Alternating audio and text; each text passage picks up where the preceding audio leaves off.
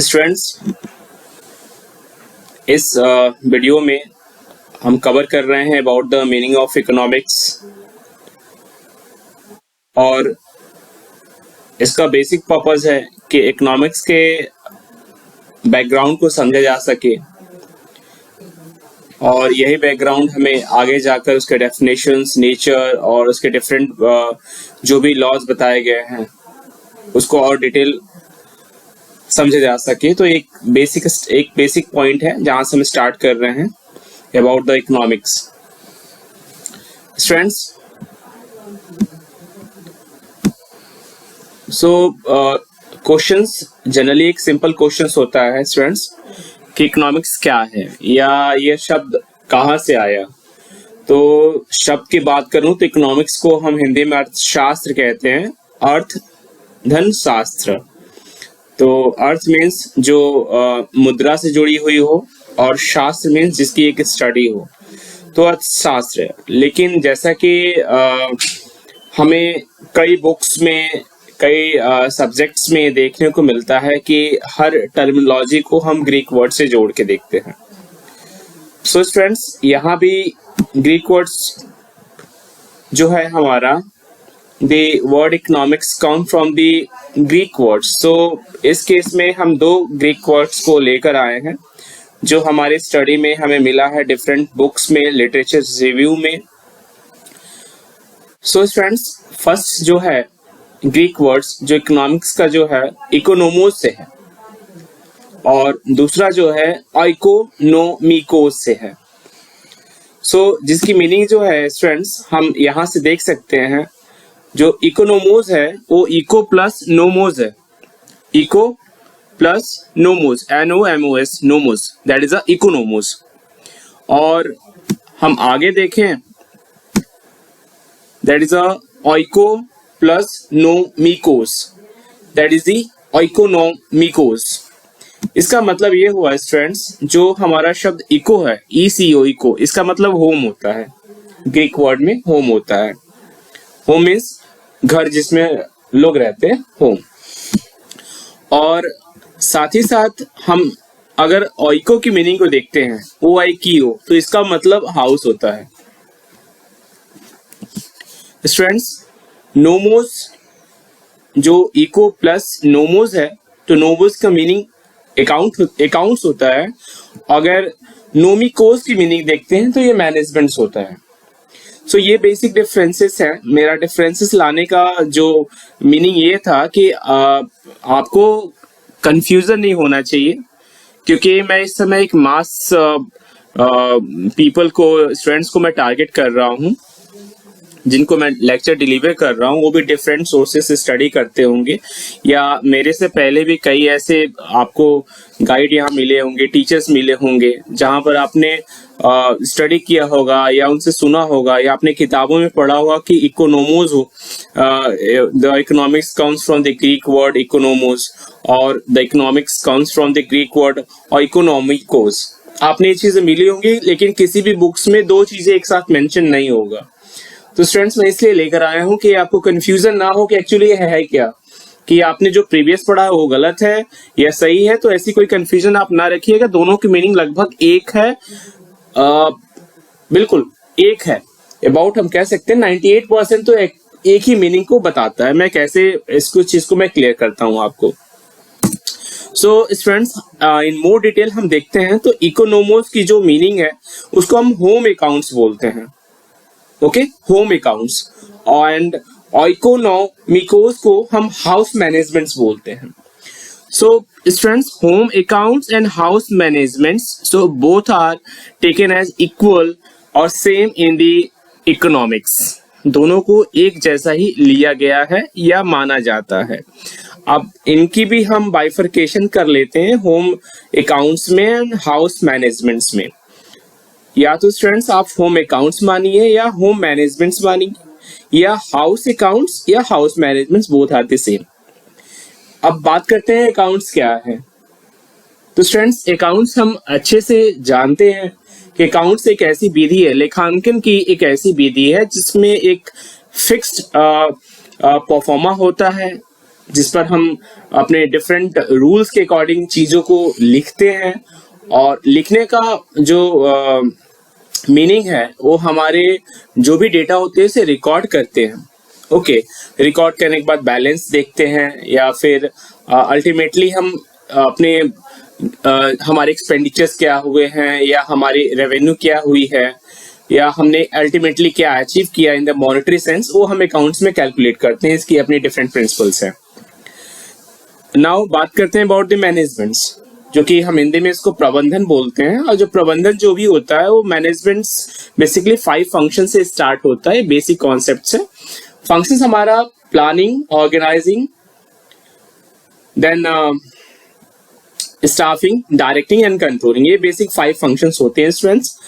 कुछ बुक्स में आपको 5 फंक्शन से भी ज्यादा फंक्शंस बताए जाते हैं, एटलीस्ट जैसे कि कम्युनिकेशंस भी लोग ले लेते हैं, कोऑर्डिनेशंस भी ले लेते हैं, ठीक है।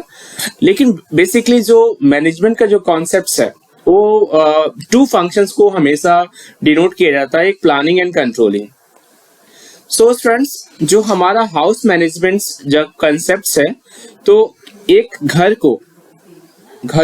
का मतलब है कि घर के अंदर जो रहने वाले सदस्य हैं, जो उस परिवार में जो सदस्य हैं, उनकी जो जरूरतें हैं, घर की जो रिक्वायरमेंट्स है, टोटल होल फैमिली रिक्वायरमेंट्स, उसको कैसे मैनेज किया जाए, उनकी क्या उद्देश्य है, वो क्या चाहते हैं, उस उद्देश्य की पूर्ति कैसे होगी, और क्या क्या रिसोर्सेज उनके लिए इकट्ठा करना होगा, कैसे उस चीजों को आप कंट्रोल करेंगे कि उनसे वेस्टेज ना हो।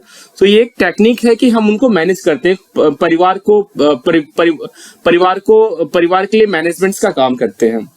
सो एक ये मैनेजमेंट के पॉइंट ऑफ व्यू हुआ। अगर होम अकाउंट्स पे जाते हैं तो होम अकाउंट्स मीनिंग यहाँ हुआ कि घर की जो भी आप एक्सपेंडिचर्स कर रहे हैं, या जो भी उनके लिए आप अर्न करके लाते एक्सपेंस करते हैं, आप उसको कैसे एक विधिवत आप उसको लिखांकन आप तैयार करते हैं।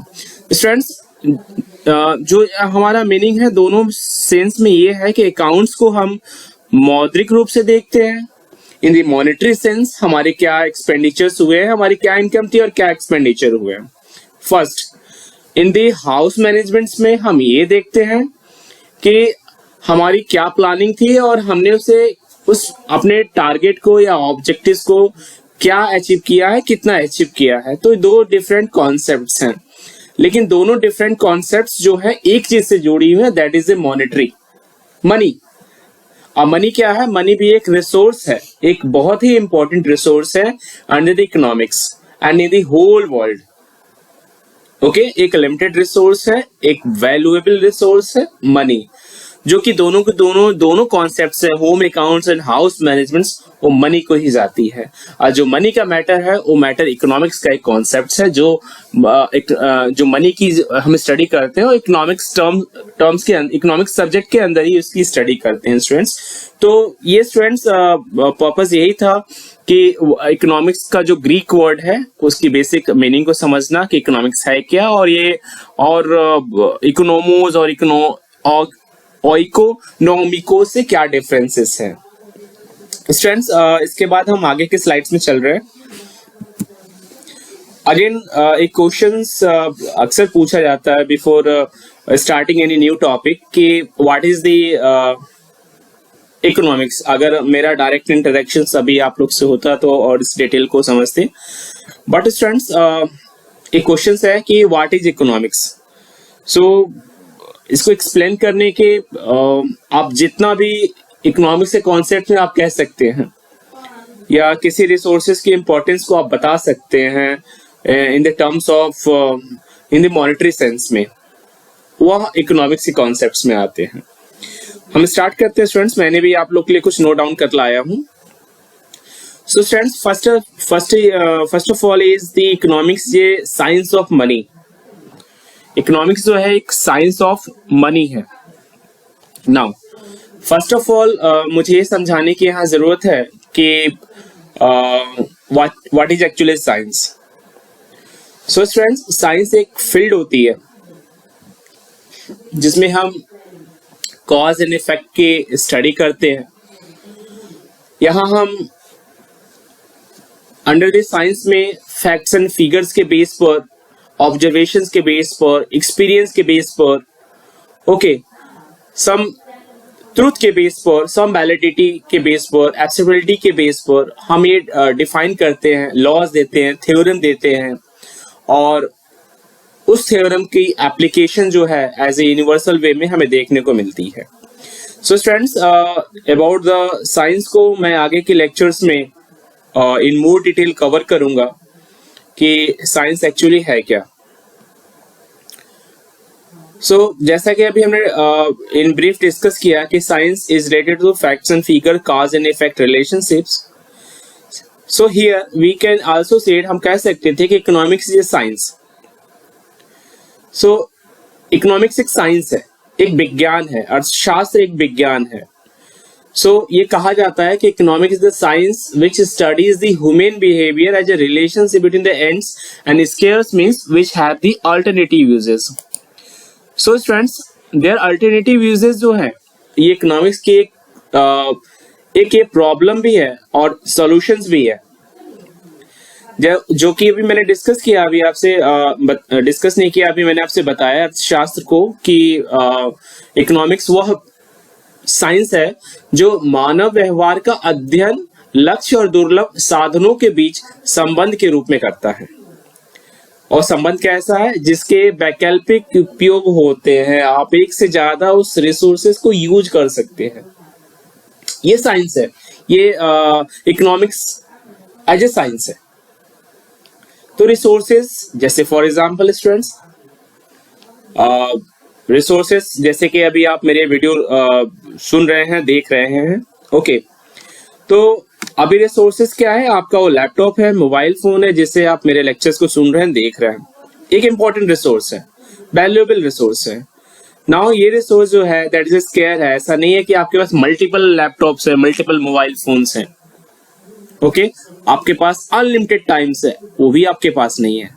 तो हर चीज की एक इन द लिमिटेड क्वांटिटी में है।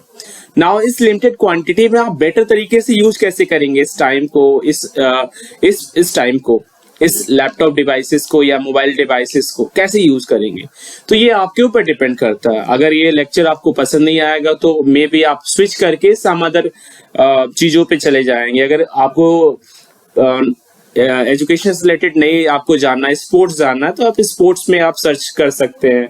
या नहीं लगता है आपको बाहर जाना हो तो आप लैपटॉप बंद करके भी बाहर जा सकते हैं। मींस कहने का मतलब हुआ कि इस टाइम पर आप अपने आप डिफरेंट डिवाइसेस को या रिसोर्सेज को आप कैसे यूज करते हैं आपके ऊपर निर्भर करता है, क्योंकि आपके पास अल्टरनेटिव यूज है, ओके।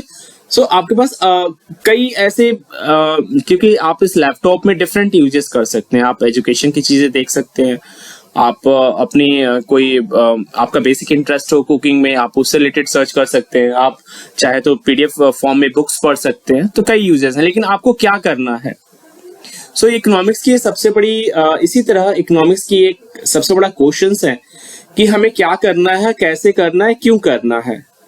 क्यों करना है? क्योंकि हमें करने के लिए बहुत कुछ है, हम डिफरेंट तरीके से एक चीज को परफॉर्म कर सकते हैं। तो बेस्ट क्या है? तो ये जो बेस्ट क्या है, ये क्वेश्चन जो है इकोनॉमिक्स का क्वेश्चन है स्टूडेंट्स। अब मैं चलता हूं मनी के कॉन्सेप्ट्स में स्टूडेंट्स। सो मनी क्या होती है? So students, we know that very well, money is any object that is generally accepted as a payment for goods and services, okay, and repayments of the debts.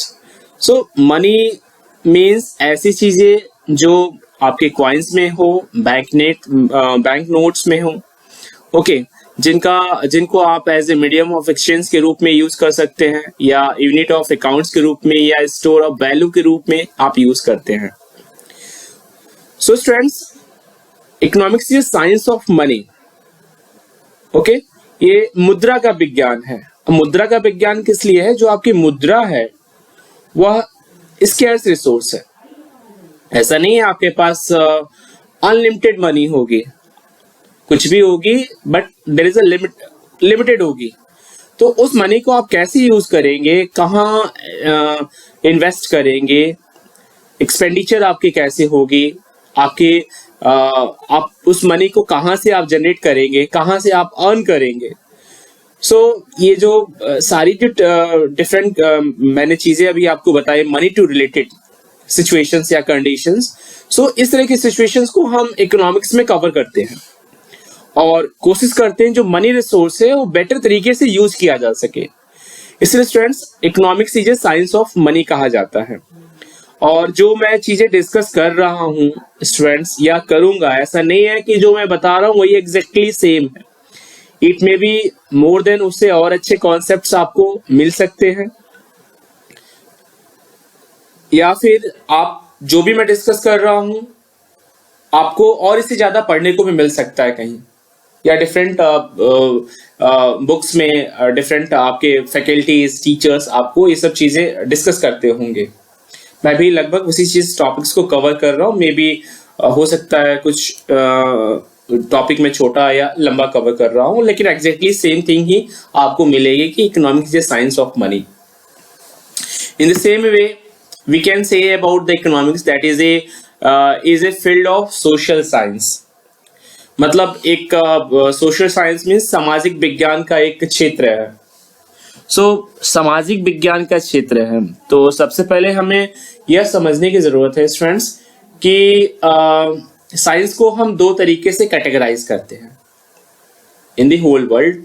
एक pure science जिसमें कि आप material science हो गया और different, मतलब कि material related जो साइंस होती है वो प्योर साइंस में आती है। और दूसरा होता है सोशल साइंसेस। नाउ मटेरियल के अलावा मेडिकल साइंसेस भी हैं, सो हम उनको सोशल साइंस में नहीं जनरली इन्वॉल्व करते हैं, प्योर साइंस में ही हम उन्हें रखते हैं। लेकिन एज ए सोशल साइंस में हम वो सारी चीजें रखते हैं जो समाज से जुड़ी हुई होती है, ह्यूमन बीइंग से जुड़ी हुई होती हैं। इसी सोशल साइंसेस में आपको जैसे कि मैनेजमेंट आपका हो गया, साइकोलॉजी हो गई, आपके सोशल वर्क हो गए, सेम एज जितने भी इस तरह के डिसिप्लिन्स होते हैं ये ह्यूमन बीइंग से जुड़े होते हैं। और हमारा इकोनॉमिक्स भी जो है ये सारे जो resources, man, material, capital, entrepreneur, ये भी रिसोर्सेज जो है एक कहीं ना कहीं मैन से जुड़े हुए हैं, मैन के लिए ही हैं, उनके बेटरमेंट के लिए हैं। तो इसलिए हम इकोनॉमिक्स को as a field of social science बोलते हैं। Same as I am covering the next topic, that is economics is a pervasive in nature. So students, ऐसा नहीं है कि इकोनॉमिक्स के कॉन्सेप्ट्स आपको केवल इंडिया में ही देखने को मिलते हैं, बिल्कुल नहीं। अगर कहीं भी इस वर्ल्ड में आप किसी भी कंट्री में आप विजिट करेंगे तो इकोनॉमिक्स के कॉन्सेप्ट्स वहां भी आपको देखने को मिलेंगे, वहां भी आपको देखने को श्योर मिलेगा। इसलिए कहा जाता है it is a pervasive in nature. इसका जो नेचर है परवेसिव है, आपको हर जगह देखने को मिलेगा। Now next is economics is about the study of scarcity and resources. जैसा कि हमने अभी ऊपर के टॉपिक्स में डिस्कस किया था about the science of money, field of social science.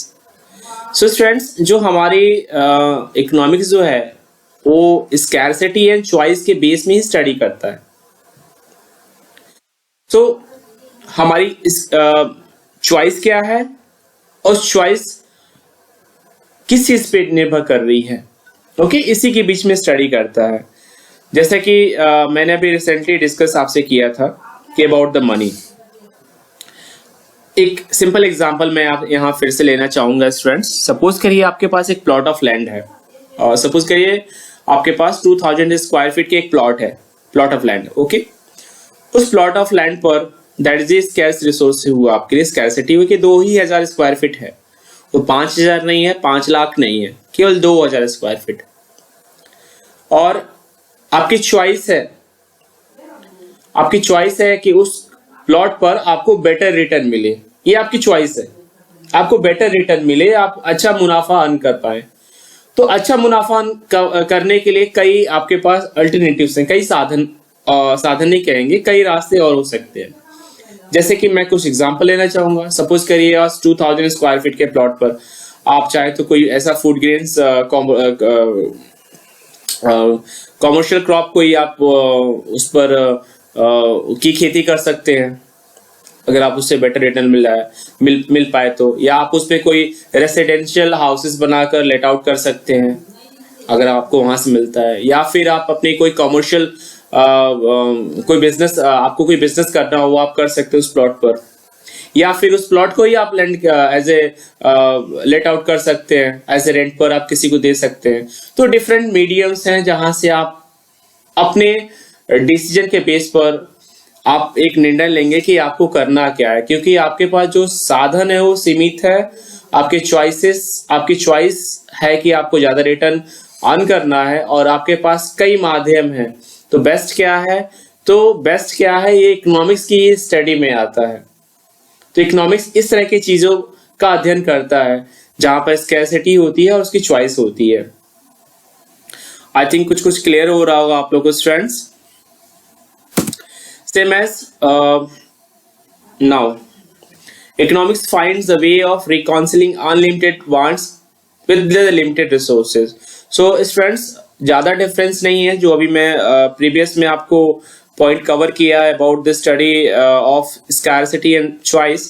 Same as it also they find the way of reconciling the unlimited wants with the limited resources. जो हमारे अनलिमिटेड वांट्स हैं, जो हमारे इच्छाओं का जो अनलिमिटेड है, मींस हम बहुत कुछ चाहते हैं लेकिन कहाँ से आते हैं? लिमिटेड रिसोर्सेज से बहुत कुछ चाहते हैं। जैसे मैंने अभी आपसे बताया कि आपके पास लैपटॉप है स्टूडेंट्स, और लैपटॉप में अभी आप मेरे लेक्चर सुन रहे हैं, तो इसमें इस टाइम आप बहुत कुछ उस लैपटॉप से एक्सपेक्ट कर सकते हैं कि लेक्चर के साथ साथ कुछ और भी चीजें आपको इंटरेस्ट की एरिया एक साथ दिख जाए। लेकिन सबसे बड़ी डिफिकल्टी ये है कि एक टाइम एक ही चीजें करेगा। ओके, फॉर एग्जाम्पल आप अगर मेरा लेक्चर सुनना चाहते हो, लेक्चर सुन सकते हैं, वीडियो देख सकते हैं लेक्चर के साथ साथ में। लेकिन अगर आप सोचेंगे साथ ही में मैं पैरेलल में स्पोर्ट्स की चीज या न्यूज भी ओपन कर लूं, वो भी देख लें, साथ में आप चाहते हैं कि अपने वर्ड का भी कोई काम कर लें, तो शायद पॉसिबल नहीं होगा कि एक साथ आप इतनी चीजों को मैनेज कर लें। क्यों? क्योंकि आपके पास जो रिसोर्स है वो लिमिटेड है। वो जो आपका लैपटॉप है, मोबाइल है, इस समय के लिए देखिए, लिमिटेड का जो कॉन्सेप्ट है स्टूडेंट्स, हम टाइम बेसिस पे स्टडी करते हैं। Now in the very short period जो भी होता है वो लिमिटेड होता है। In the long term period में चीजों को हम अनलिमिटेड कह सकते हैं, लेकिन रिसोर्स के केस में ऐसा नहीं है। रिसोर्सेस कोई भी हो वो लिमिटेड ही होती हैं, चाहे लॉन्ग टर्म हो या शॉर्ट टर्म हो। बट हाँ, अगर इसमें भी कैटेगराइज करना हो तो हम on the basis of time period कर सकते हैं। Okay, in the long run में, लॉन्ग टर्म पीरियड में चीजों को हम अनलिमिटेड कुछ हद तक कर सकते हैं। फॉर एग्जाम्पल, हम टाइम बेस की बात किए हैं। सपोज करिए कि आपके पास सेम मैं एग्जांपल्स लेता हूँ, सेम एग्जांपल लेता हूँ, लैपटॉप या मोबाइल फोन जो आप इस समय यूज कर रहे हैं। ओके, सपोज करिए आपके पास फुल टाइम है, आपके पास पूरे आप दिन भर खाली हैं। ओके, तो ये आपके ऊपर फिर आपके लिए कोई ऐसी बंदिशें नहीं है कि आपको क्या करना चाहिए क्या नहीं करना चाहिए। आप इंडिपेंडेंट है, आप उस टाइम को अपने हिसाब से यूज कर सकते हैं। अगर आपको अपने टाइम की इम्पोर्टेंस को नहीं समझ में आती है तो, या उसके आप एज ए इम्पोर्टेंस उसको नहीं लेते हैं टाइम को। ओके, सो इस केस में स्टूडेंट्स हम समझ सकते हैं अबाउट दी कि लिमिटेड रिसोर्सेस जो हैं, अगर आपको टाइम की वैल्यू कंसीडर आप नहीं करते हैं तो टाइम आपके लिए क्या है? अनलिमिटेड है। लेकिन आप टाइम की वैल्यू को कंसीडर करते हैं तो आपका 1 मिनट भी बहुत इंपॉर्टेंट है और आप नहीं चाहेंगे कि 1 मिनट भी आपका वेस्ट हो। तो बेस्ट क्या करना है कि हमारा टाइम वेस्ट ना हो। तो ये आपके डिसीजंस, आप अपने डिसीजंस को यूज करेंगे कि हमें करना क्या चाहिए जिससे मैक्सिमम आउटपुट आपका ये समय का सदुपयोग हो सके। तो इकोनॉमिक्स भी इसी तरीके की चीजों से जुड़ा हुआ है जो लिमिटेड रिसोर्सेस में, मतलब सीमित संसाधनों से बेहतर क्या आपको मिल सकता है या बेहतर आपके लिए क्या है, इसी की एक अध्ययन करता है। So this is the next point, that is economic means the study of problems in terms of the underlying resource cost and their benefits. Same as all the points are interrelated, कुछ भी एक दूसरे से अलग नहीं है students, सब interrelated है। Now in this points, economics means the study of problems in terms of the underlying resource cost and their benefits. जो भी रिसोर्स कॉस्ट है, रिसोर्स कॉस्ट फॉर एग्जाम्पल्स, अभी मैंने रिसेंटली एक एग्जाम्पल्स लिया था about the 2000 square feet plot. Resource cost, suppose करिए वह जो प्लॉट है आपका, उस प्लॉट को आपने 20 लाख रुपीस में परचेस किया था, ओके और उसके बेनिफिट्स जो हैं वो क्या क्या हो सकते हैं, ओके तो इकोनॉमिक्स जो है ये इस तरह की प्रॉब्लम्स की स्टडी करता है, ओके कि उसके बेनिफिट्स को आप किस तरह से आप बेनिफिट्स ले सकते हैं उस प्लॉट से। 20 लाख रुपीस जो आपने इन्वेस्ट किया है और आप बेनिफिट्स 20 लाख रुपीस से ज्यादा कैसे ले सकते हैं।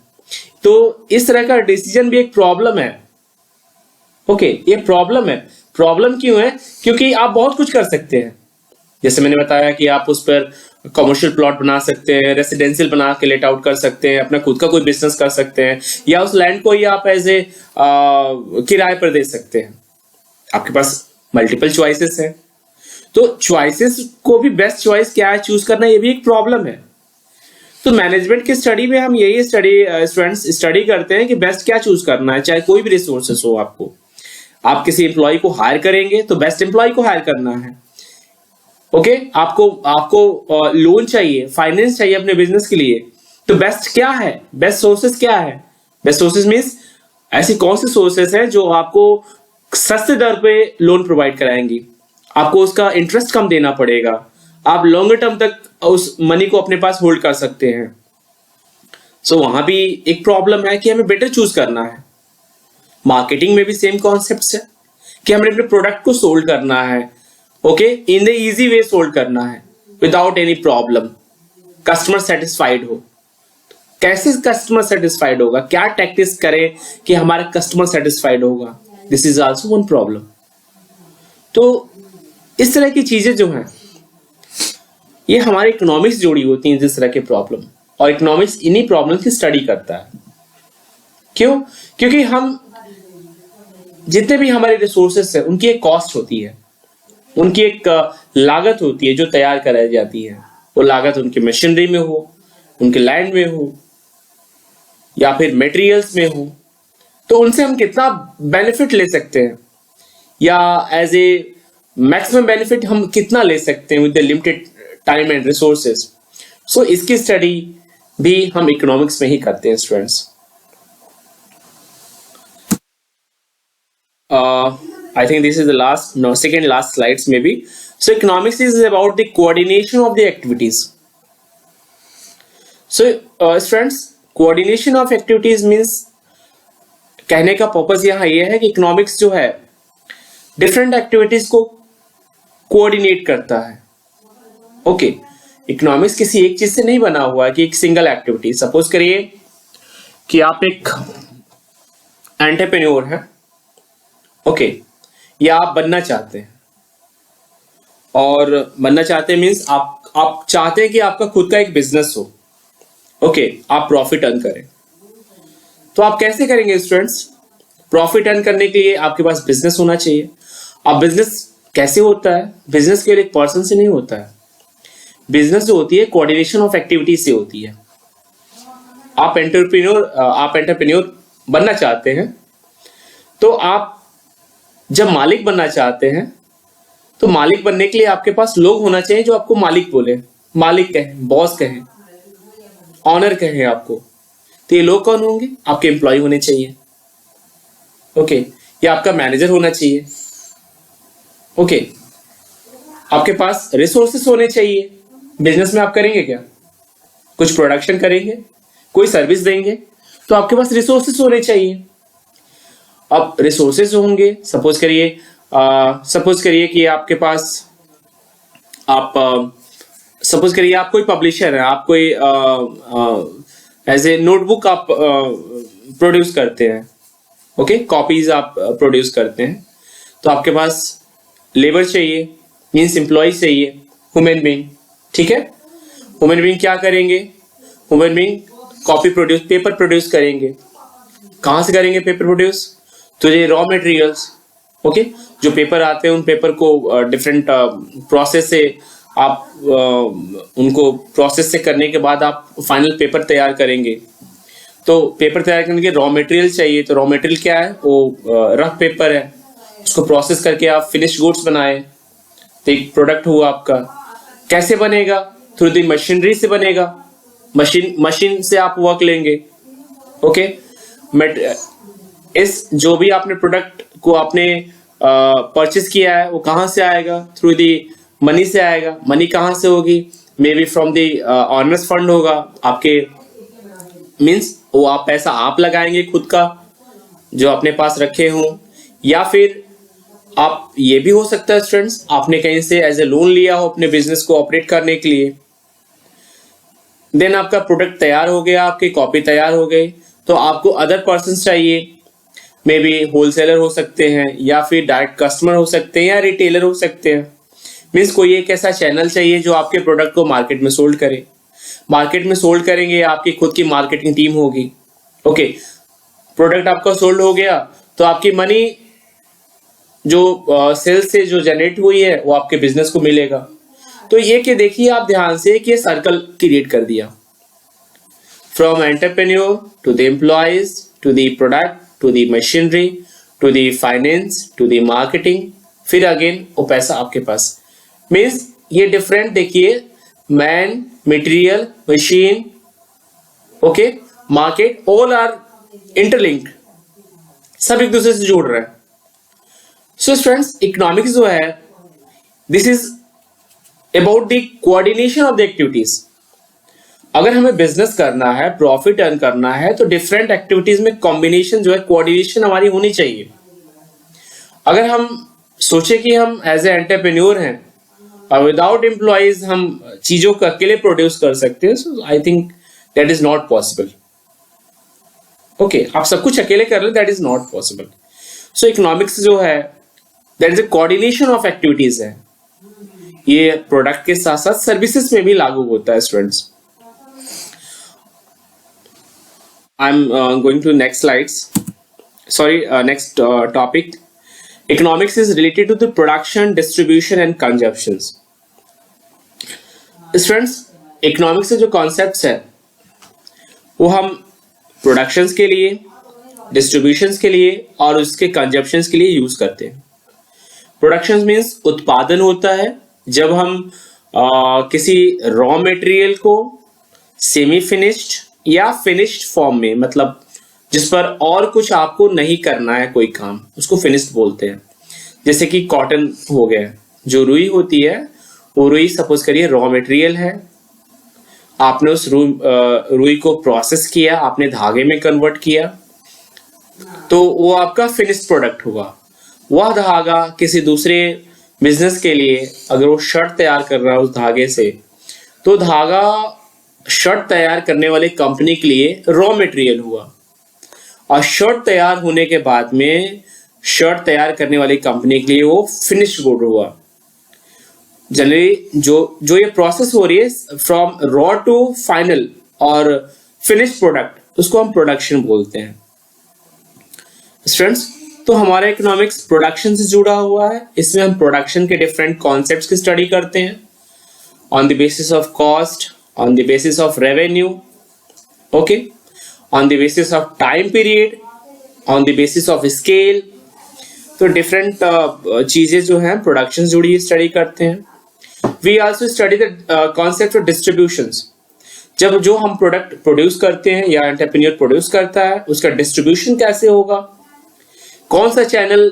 डिस्ट्रीब्यूशन मीन्स फ्रॉम, जब हमारा प्रोडक्ट फ्रॉम मैन्युफैक्चरर से या सेलर से होकर वो कस्टमर के हाथों तक या कस्टमर तक फाइनली पहुंचता है, तो उस बीच में वो कितने लोगों से होकर निकलता है या किस चैनल से पहुंचता है, किस माध्यम से आप तक पहुंचता है, by air, by train, bye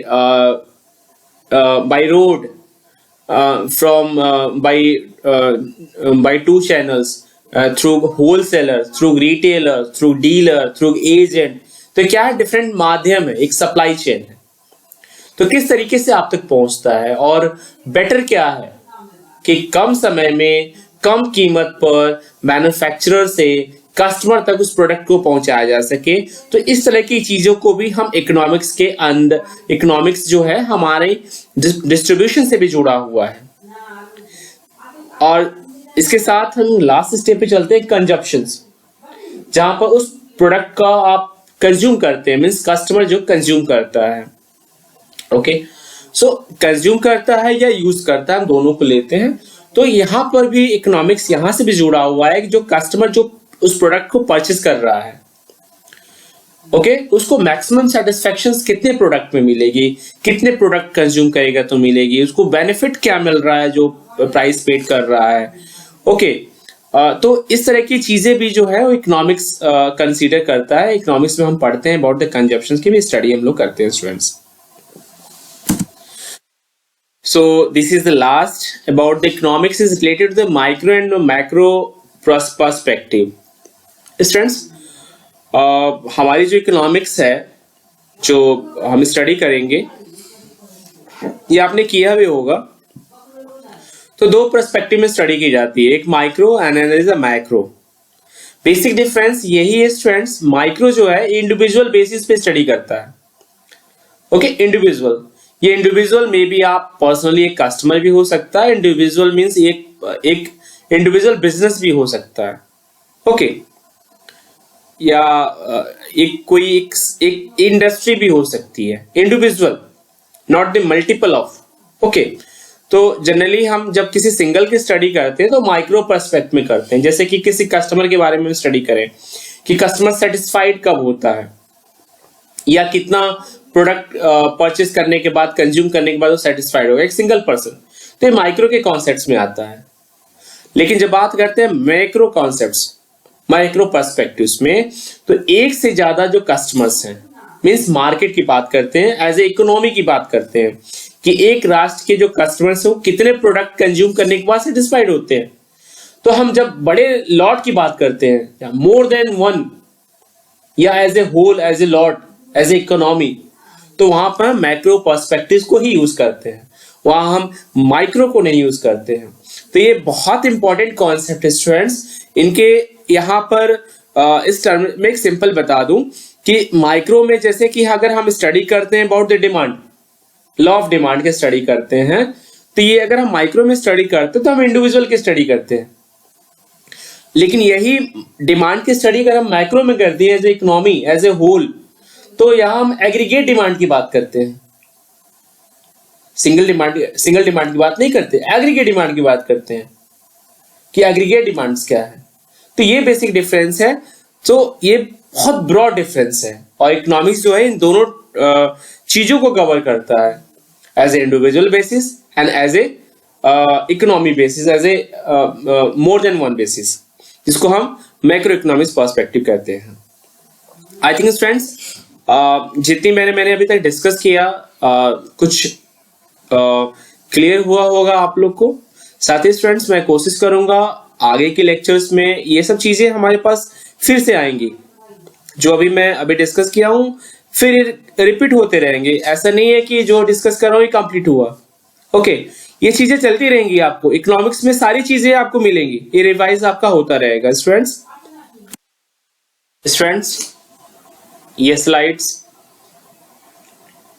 इस लेक्चर की लास्ट स्लाइड्स है और इस स्लाइड्स में हमने मेंशन किया है कि about the definition of economics. अभी तक हमने स्टडी किया कि इकोनॉमिक्स क्या है, उसकी मीनिंग क्या है।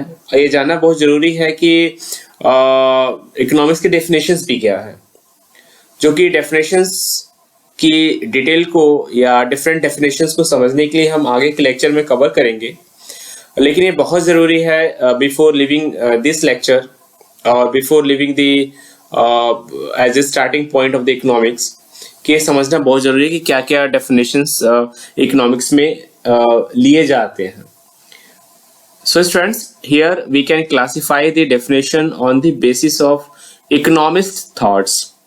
So students, आगे हम पढ़ेंगे और समझने की कोशिश करेंगे कि डिफरेंट इकोनॉमिस्ट की क्या थॉट्स थे इकोनॉमिक्स को लेकर। उनके मैं नेम अभी डिस्क्लोज यहाँ नहीं कर रहा हूँ, आप लोग को मालूम भी होगा। बस उनके डेफिनेशंस को देख लेते हैं क्विकली। सो फर्स्ट डेफिनेशन है economics is science of wealth.